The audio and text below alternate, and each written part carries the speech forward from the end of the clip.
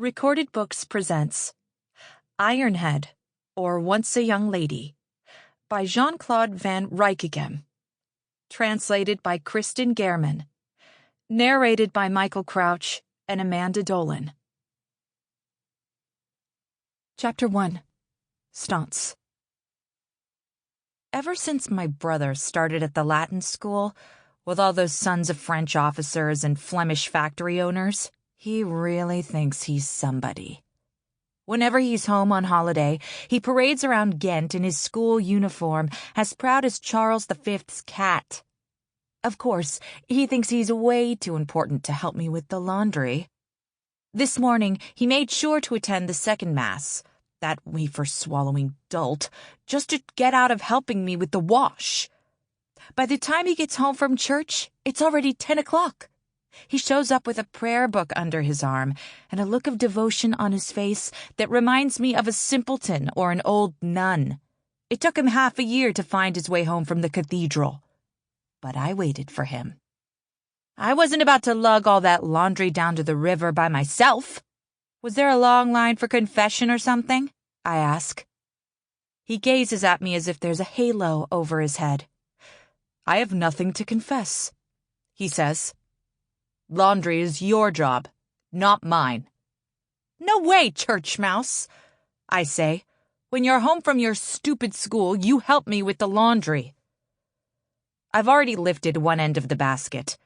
Pierre takes his time neatly arranging all his church paraphernalia on the proper sideboard shelf in the dining room.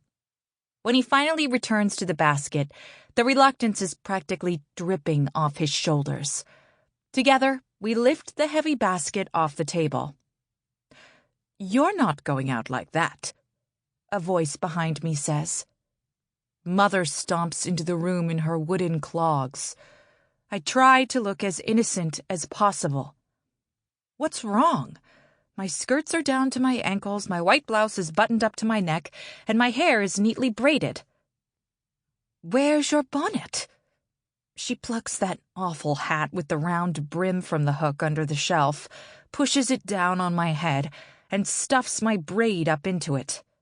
I can no longer look from side to side, but at least my blessed face is now completely concealed from the prying eyes of young men. Mother ties the wide ribbons under my chin so tightly, you'd think it were some kind of war helmet to protect my virginity. Ow, not so tight, I say. Don't whine, Constance, she says. These bonnets are all the rage in Paris. Yeah, I reply, back when Grandma still had her baby teeth. Mother ignores the comment and turns to my brother. Peter, keep an eye on your sister. You can count on me, says Pope Peter the Pious. Peter and I lug the basket down the street with the tall pile of laundry bouncing back and forth between us. We're careful not to walk too fast as not to drop any shirts or socks along the way. It's cold. There's smoke rising from the chimneys, and the streets are all but deserted. A couple of boys, covered in soot, are hauling bags of coal from door to door. Down on the quays of the Lièvre Canal are two floating platforms where women and housemaids scrub the laundry with lumps of hard white soap.